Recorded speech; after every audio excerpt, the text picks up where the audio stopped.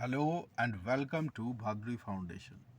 In this lecture, we will study chapter 12 Friction of class 8th NCERT Science. This lecture is beneficial for academic purpose and also for UPSC preparation. Let's start. Have you ever thought, क्या तुमने कभी सोचा why vehicle slows down? हमारा कोई vehicle जो है वो slow क्यों जाता है, उसकी स्पीड कम क्यों जाता है व्हेन ब्रेक्स आर अप्लाइड, जब ब्रेक लगाई जाती है. Any object moving over the surface of another object slows down. एक ऑब्जेक्ट दूसरे ऑब्जेक्ट पर रगड़ कर चल रही है तो स्लो डाउन हो जाती है when no external force is applied on it, जबकि उस पर कोई एक्सटर्नल फोर्स भी नहीं लगाई जा रही. That is because of friction. ये फ्रिक्शन की वजह से होता है कि कोई ऑब्जेक्ट स्लो डाउन हो जाती है और ब्रेक लगाने पे व्हीकल जो है उसकी स्पीड जो है वो कम हो जाती है. तो friction opposes relative motion between the surface of the book and the table. जैसे बुक को टेबल पर रख के हम स्लाइड करते हैं तो फ्रिक्शन की वजह से वो रेजिस्ट करती है. जितना ज़्यादा सरफेस स्मूथ होगा उतनी ज़्यादा रेजिस्टेंस कम होगी. That is because of friction. तो इसका कारण घर्षण है, फ्रिक्शन है. The force of friction always opposes the applied force. जो हम फोर्स को अप्लाई करते हैं, एक्सटर्नल फोर्स को, फ्रिक्शन उसको हमेशा अपोज करती है, घर्षण उसको हमेशा अपोज करता है. Spring balance is a device used for measuring the force acting on an object. इसी ऑब्जेक्ट पे कितनी फोर्स लग रही है इसको नापने के लिए जो डिवाइस है उसको स्प्रिंग बैलेंस बोलते हैं. The reading of the scale gives the magnitude of the force. जो भी उस पर रीडिंग आती है वो फोर्स के मैग्नीट्यूड को बताता है, मतलब कितनी जोर से फोर्स लग रही है.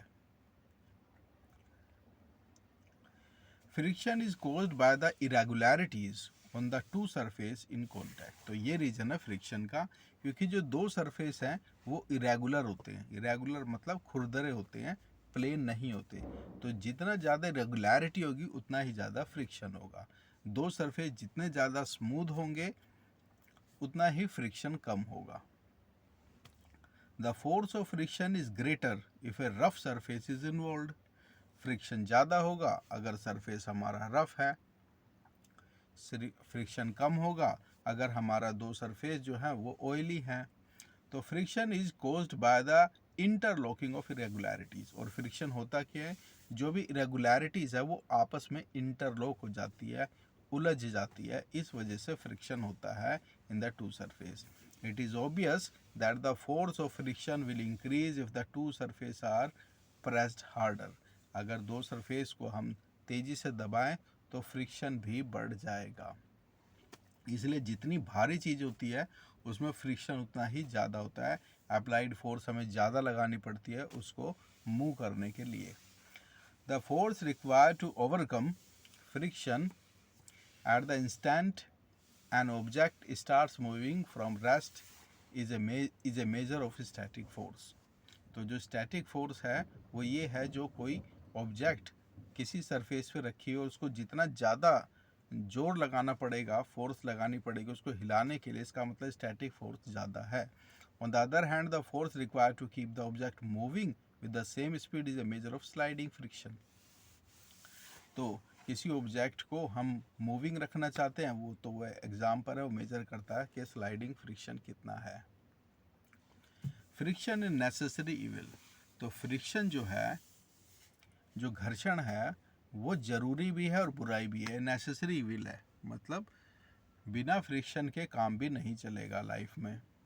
तो it is easier to hold a cooler, earthen pot, घड़ा, और a glass tumbler. Suppose the outer surface of the tumbler is greasy.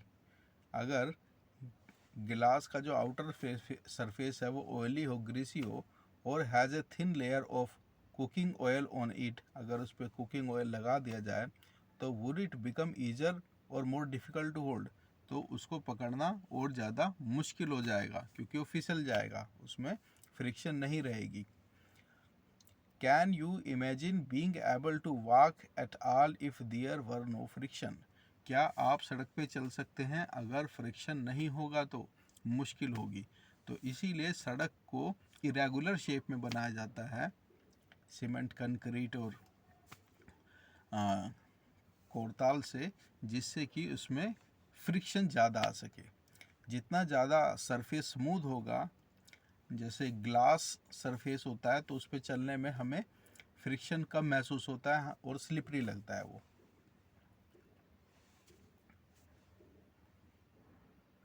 A nail is fixed in the wall due to friction, और एक कील को जब हम nail को दीवार में लगाते हैं तो वो भी फ्रिक्शन की वजह से ही लग पाती है।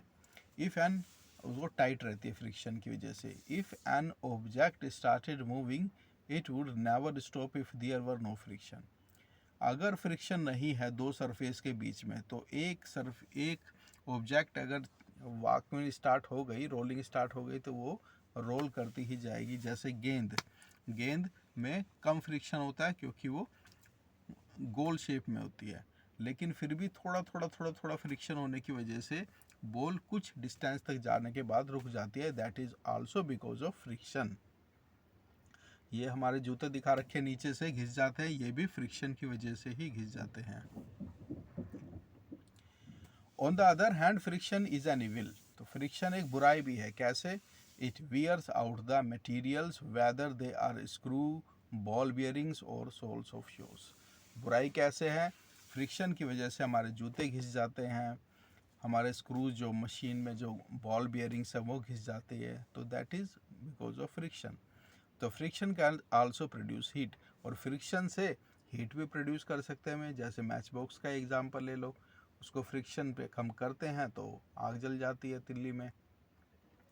इंक्रीजिंग एंड रिड्यूसिंग फ्रिक्शन, अब फ्रिक्शन को कभी बढ़ाया जाता है और कभी घटाया जाता है according to the requirement of the human being. तो friction is desirable in some situation, कुछ ऐसी सिचुएशन होती है जिसमें फ्रिक्शन डिज़ायरेबल होता है, हमें चाहिए होता है। Have you ever thought why the sole of your shoe is grooved? तो तुमने कभी सोचा है जो तुम्हारे जूते का सोल होता है उसको ग्रूव किया जाता है, मतलब उसमें लाइनें होती है ताकि फ्रिक्शन को बढ़ाया जा सके और आप स्लिप होके गिरे ना।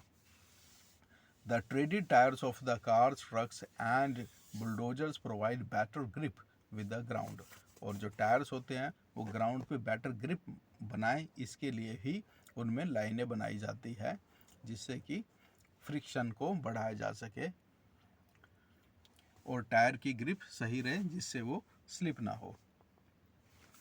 तो वी डेलिबरेटली, हम जानबूझकर increase friction by using brake pads in the brake system of bicycles and automobiles. तो हम फ्रिक्शन जानबूझ के लगाते हैं व्हीकल्स में उनको रोकने के लिए। अगर फ्रिक्शन नहीं लगाएंगे तो व्हीकल रुकेगा नहीं, एक्सीडेंट हो सकता है, इसलिए फ्रिक्शन जो है वो नेसेसरी है। Kabaddi players rub their hands with soil for a better grip of their opponent. Kabaddi में जब लोग खेलने जाते हैं तो हाथों पे मिट्टी लगा लेते हैं जिससे कि फ्रिक्शन बढ़ जाए और उनके ओपोनेंट की, विरोधी की ग्रिप उनके हाथ में आ जाए, वो उनका हाथ फिसले ना। तो ये है फ्रिक्शन की अच्छाइयाँ। In some situations, however, friction is undesirable and we would want to minimize it. कुछ सिचुएशन में जो फ्रिक्शन है वो एक बुराई है, एक अनडिजायरेबल चीज़ है और उस फ्रिक्शन को हम मिनिमाइज करना चाहते हैं। When a few drops of oil are poured on the hinge of a door, the door moves smoothly. अब दरवाज़ा कई बार आवाज़ करता है तो हम उसमें कुछ ड्रॉप ऑयल की डाल देते हैं, फ्रिक्शन ख़त्म हो जाता है और जिससे ऑयल का डोर का बंद होना और खुलना बिना आवाज़ के होता है और स्मूथ होता है। When a few drops of smooth, we want to reduce, इसमें क्या है, हम फ्रिक्शन को कम करना चाहते हैं। Reduce friction in order to increase efficiency, जिससे कि दरवाजे की बंद और खुलने होने की एफिशिएंसी बढ़ जाती है।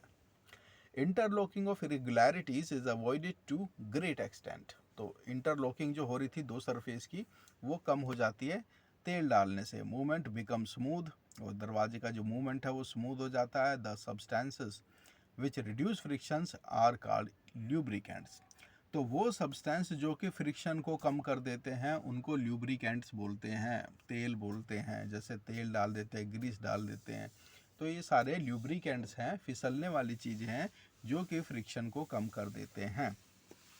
In some machines it may not be advisable to use oil as lubricant. कई मशीनें होते हैं जिसमें हम ऑयल नहीं डाल सकते तो उसमें हम ग्रीस डालते हैं. तो an air cushion between the moving parts is used to reduce friction. कई जगह हम एयर कुशन लगाते हैं फ्रिक्शन को रिड्यूस करने के लिए. तो अलग अलग लुब्रिकेंट्स यूज़ किए जाते हैं फ्रिक्शन को कम करने के लिए. तो friction can never be entirely eliminated, लेकिन फ्रिक्शन को पूरी तरह एलिमिनेट नहीं किया जा सकता, ख़त्म नहीं किया जा सकता. No surface is perfectly smooth, some irregularities are always there. कोई भी जो सरफेस है वो परफेक्टली स्मूथ नहीं हो सकता, भले ही वो मिरर हो, ग्लास हो, कुछ ना कुछ फ्रिक्शन तो रह ही जाता है. Wheels reduce friction. व्हील जो है फ्रिक्शन को रिड्यूस कर देते हैं. अगर एक चपटा सरफेस है तो वो ज़्यादा फ्रिक्शन देगा, और अगर हम उसको राउंड बना देंगे तो फ्रिक्शन कम हो जाएगा, ऑटोमेटिकली स्लाइडिंग में हो जाएगा. तो pieces of luggage fitted with rollers, even a child can pull such a piece of luggage. एक बड़ा सा लगेज हो वो किसी बड़े आदमी से भी नहीं उठेगा और या खींचेगा, उसको खींच भी नहीं, पुल भी नहीं कर सकते. लेकिन अगर उसमें पहिए लगा दिए जाए तो फ्रिक्शन रिड्यूस हो जाएगा और एक बच्चा भी उस ब्रीफ केस को, लगेज को फिर खींच सकता है. यही तरीका है फ्रिक्शन को रिड्यूस करने का, इसलिए इसमें राउंड राउंड हमने व्हील्स लगा दिए हैं लगेज में फ्रिक्शन को कम करने के लिए. तो when one body rolls over the surface of another body, the resistance of its motion is called rolling friction. तो एक बॉडी दूसरी बॉडी पे जब रोल करती है तो उसे रोलिंग फ्रिक्शन बोलते हैं. ठीक है, रोलिंग फ्रिक्शन जो है उसमें फ्रिक्शन कम होता है. It is always easier to roll them to slide a body over another. तो रोलिंग में ईजी पड़ जाता है एक दूसरे सरफेस के ऊपर, since the rolling friction is smaller than the sliding friction. क्योंकि रोलिंग फ्रिक्शन जो होता है वो कम होता है अगर हम उसे स्लाइड करें, मतलब घिसाड़ें, उसको वैसे खींचें तो फ्रिक्शन ज़्यादा होगा, अगर हम उसे रोल करें तो फ्रिक्शन कम होगा. So we can say that fluids exert force of friction. Fluids है वो भी फ्रिक्शन पैदा करता है on object in motion through them.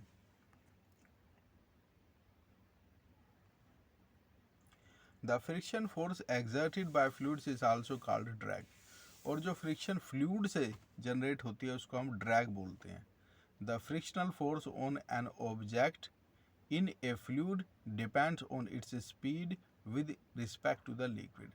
तो जो फ्रिक्शनल फोर्स है ऑन एन ऑब्जेक्ट पे इन ए फ्लूइड में, मतलब लिक्विड में, डिपेंड्स ऑन द स्पीड, उसकी स्पीड पे डिपेंड करता है with respect to the fluid. The frictional force also depends on the shape of the object. तो फ्रिक्शनल फोर्स कितनी होगी ये ऑब्जेक्ट की सरफेस पे भी डिपेंड करता है, the nature of the fluid, और फ्लूइड किस नेचर का उस पर भी डिपेंड करता है. ऑयल है, ग्रीस है, तो क्या ऐसा फ्लूइड है जिससे फ्रिक्शन को कम किया जा रहा है. तो it is obvious that when objects move through fluids के थ्रू ऑब्जेक्ट मूव होती है, they have to overcome friction acting on them. In this process they lose energy. तो उनकी एनर्जी लॉस हो जाती है. Efforts are therefore made to minimize friction. तो friction को मिनिमाइज किया जाता है. So objects are given special shape. तो कई बार ऑब्जेक्ट्स को स्पेशल शेप दी जाती है ताकि फ्रिक्शन को मिनिमाइज किया जा सके. हमने ऊपर ही से पढ़ लिया, फ्लूइड फ्रिक्शन यहाँ से था. Air is a very light and thin.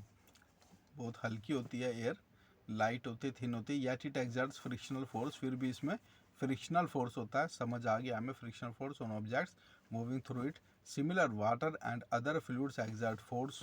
Water भी है और अदर लिक्विड्स भी है, वो भी फोर्स एक्सर्ट करता है friction when objects move through them. तो all vehicles are design to have shape which reduce fluid friction. तो फ्लूइड फ्रिक्शन को कम करने के लिए व्हीकल्स को अलग अलग शेप दी जाती है. जैसे एयर के फ्रिक्शन को कम करने के लिए जो एरोप्लेन की जो बनावट है, उसका स्ट्रक्चर है, वो इस हिसाब से बनाया जाता है कि वो एयर को काट दे, एयर के पैरेलल में रहे. तो we have completed this chapter. कुछ इंपॉर्टेंट पॉइंट्स और हैं इसमें. What you have learn, friction opposes the relative motion. तो मोशन को रिस्ट्रिक्ट करता है friction. Friction depends on the nature of surface, surface कैसा है, स्मूदी है या इरेगुलर है, तो इस पर भी डिपेंड करता है फ्रिक्शन ज़्यादा होगा या कम होगा। स्टेट ऑफ स्मूथनेस ऑफ दो सरफेस, तो फ्रिक्शन डिपेंड्स कितनी स्मूथनेस है। Friction depends on how hard of the two surface press together. Friction इस बात पे भी डिपेंड करता है कि कितनी तेज़ी से दो सरफेस आपस में जुड़े हुए हैं या कितना फोर्स उस पर लगा हुआ है ऊपर से। Sliding friction is smaller than static friction, सबसे ज़्यादा स्टैटिक फ्रिक्शन होता है, फिर स्लाइडिंग फ्रिक्शन होता है और सबसे कम रोलिंग फ्रिक्शन होता है। Friction can be increase by making surface rough, friction को बढ़ाना हो तो सरफेस को रफ कर दो। Sole of the shoes and the tyres of the vehicles are treaded to increase friction, जूते के सोल और टायर को फ्रिक्शन बढ़ाने के लिए उसमें ट्रेडेड किया जाता है। फ्रिक्शन इज समटाइम्स अनडिज़ायरेबल, कई बार फ्रिक्शन अनडिज़ायरेबल होता है, हमें चाहिए नहीं होता, तो हम उसमें स्मूथनेस ले आते हैं, ग्रीस लगा के, ऑयल लगा के, एयर वैक्यूम क्रिएट करके। तो friction can be reduced by using lubricants, lubricants use करके फ्रिक्शन को कम करते हैं। Rolling friction is smaller than sliding friction, sliding friction से और ज़्यादा कम रोलिंग फ्रिक्शन होता है। तो सबसे ज़्यादा स्टैटिक, फिर स्लाइडिंग फ्रिक्शन, फिर रोलिंग फ्रिक्शन, ऐसे होता है डिक्रीजिंग रेट में। In many machines friction is reduced by using ball bearings, तो कई मशीन में बॉल बेयरिंग्स यूज़ करते हैं। Fluid friction can B minimised by giving suitable shapes to bodies moving in fluids, तो फ्लूइड फ्रिक्शन जो है can be minimise, को भी कम किया जा सकता है अगर हम बॉडी के शेप को चेंज कर दें। जैसे अगर हम खुला हाथ करके पाम की साइड से पानी में बाल्टी में ऐसे हिलाएंगे तो हमें ज़्यादा फोर्स लगानी होगी, और अगर हम उसी को मतलब एक नाइफ़ की शेप में लेके या स्पून की शेप में लेके पानी में घुमाएंगे तो हमें कम फोर्स लगानी होगी। तो जिस डायरेक्शन में हम अपने हैंड को मूव कर रहे हैं, अगर पाम साइड से मूव करेंगे तो ज़्यादा फ्रिक्शन लगेगी, ज़्यादा फोर्स लगेगी, और अगर हम उसको उसके पैरेलल में ही नाइफ़ या स्पून जैसे उसमें शेप में हैंड को हिलाएंगे पानी के अंदर तो फोर्स कम लगेगी और फ्रिक्शन कम हो जाएगा। तो we have completed this chapter, listen this chapter again and again and you will memorize all important concepts. Thank you.